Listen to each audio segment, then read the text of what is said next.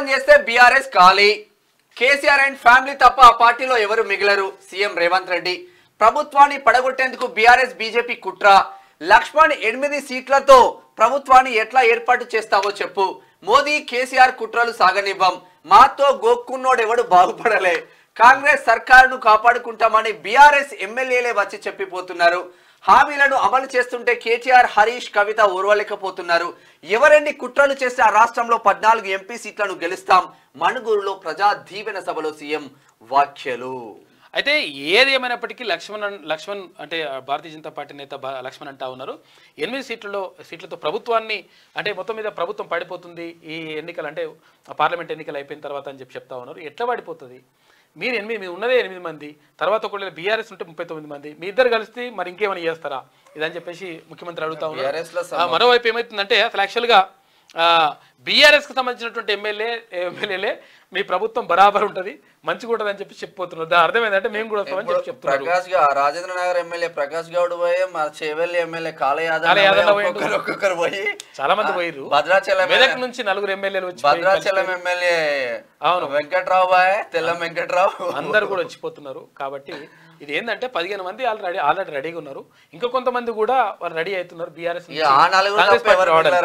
అయితే కాంగ్రెస్ పార్టీ ఆలోచిస్తా ఉందంట. ఎందుకంటే అనవసరంగా ఒకవేళ కొంతమంది లంగలు బింగలు ఏమన్నా చేర్చుకున్నాం అనుకో, అటువంటిప్పుడు పార్టీకి కూడా అప్రతిష్ట అవుతుంది. కాబట్టి అటువంటి చేర్చుకోవాలా వద్దా అని చెప్పేసి ఆచితూచి వ్యవహరిస్తుందంట.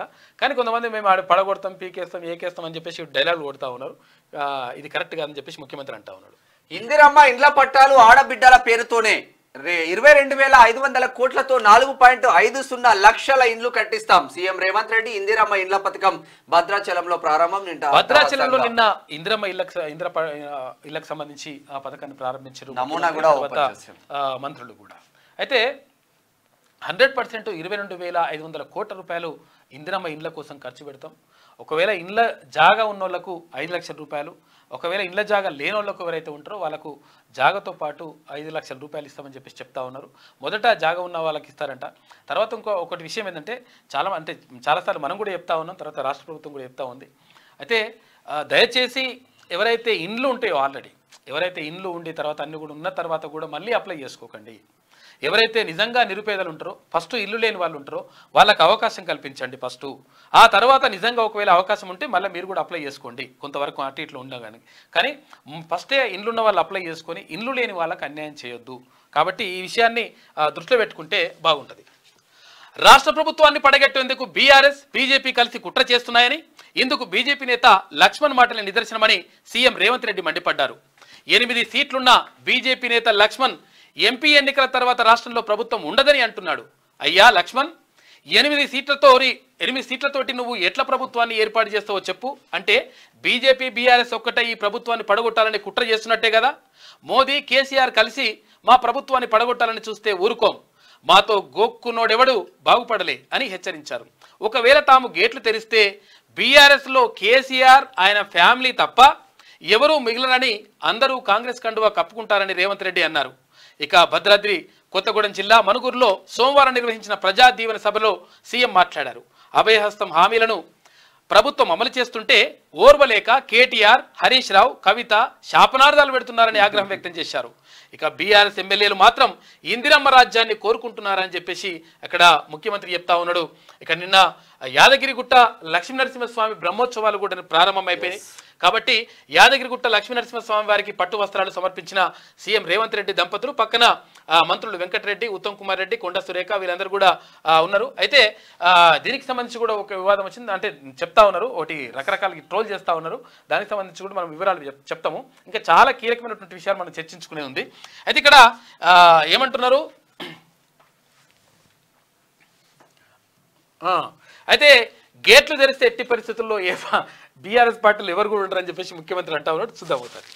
అంటే ఇవాళ కలిసి కనిపిస్తే తెలంగాణ ప్రజలు చెప్పుతో కొడతారని చీకట్ల ఒప్పందం చేసుకొని ఒకడు అలాయి బలాయి చేసుకొని మోడీ కేడీ కలిసి కాంగ్రెస్ పార్టీ మీద కుట్ర చేస్తారు. ఎందుకంటే తెలంగాణలో ఇవాళ ఇందిరమ్మ రాజ్యంలో అభయహస్తం పథకాలు అమలు చేస్తుంటే 14 సీట్లు స్పష్టంగా కాంగ్రెస్ గెలుస్తుంది. తెలంగాణ గడ్డ మీద కాంగ్రెస్ జెండా ఎగురుతుందని గుర్తించింది. కాబట్టి ఇవాళ ఇద్దరు కలిసి కుట్ర చేస్తున్నారు. రోజుకోసారి డాక్టర్ లక్ష్మణ్ అంటున్నాడు ఎన్నికలు అయిన తర్వాత ఈ ప్రభుత్వం ఉండదని. నేను అడగదలుచుకున్న డాక్టర్ లక్ష్మణ్, అయ్యా నీ దగ్గర ఉన్నది 8 ప్రభుత్వాన్ని ఎట్లా ఏర్పాటు చేస్తావు చెప్పని నేను అడుగుతున్నా. అంటే బీఆర్ఎస్ బీజేపీ ఒక్కటై కుమ్ముకై కుట్ర చేసి ఈ ప్రభుత్వాన్ని పడగొట్టాలన్న ఆలోచన చేస్తున్నారు. అందుకే బీఆర్ఎస్ ఎమ్మెల్యేలు చాలా మంది అన్న ఇందిరమ్మ రాజ్యం ఉండాలి, ఇన్నేళ్ళు మేము ఆ పార్టీలు ఉన్నా ఒక్కరోజు కూడా ముఖ్యమంత్రి మా గల్వలు మా మాట వినలే, ఆయన ఎట్లుంటాడో మేము చూడలేదు. కానీ మీ ప్రభుత్వం వచ్చిన తర్వాత మీ మంత్రులు సచివాలయంలో ఉండరు, మీరు ఇంటికి వచ్చిన కలుస్తున్నారు, సచివాలయంలో కలుస్తున్నారు, పేదల్ని కలుస్తున్నారు, కార్యకర్తల్ని కలుస్తున్నారు, ఆడబిడ్డల్ని కలుస్తున్నారు, అధికారులను కలుస్తున్నారు, సమీక్ష చేస్తున్నారు, అభివృద్ధి చేస్తున్నారు. 5 ఏళ్ళు మీ ప్రభుత్వాన్ని కాపాడే బాధ్యత మాది అని బీఆర్ఎస్ ఎమ్మెల్యేలు వచ్చి అందరు నాకు కలిసి చెప్పిపోతున్నారు. చూడరు ఇక అర్థమైందా? బీఆర్ఎస్ ఎమ్మెల్యేలే ఎట్టి పరిస్థితుల్లో ఈ ఇందిరమ్మ రాజ్యం ఉండాలి, ఈ ప్రభుత్వం ఉండాలని చెప్పేసి కోరుకుంటుండ్రు, వాళ్ళు వచ్చిపోతుండ్రు అంటుండ్రు. దాని అర్థం చేసుకోవాలి మీరు. ఇక వాళ్ళు రెడీగానే ఉన్నారు, they are ready to come అన్నమాట.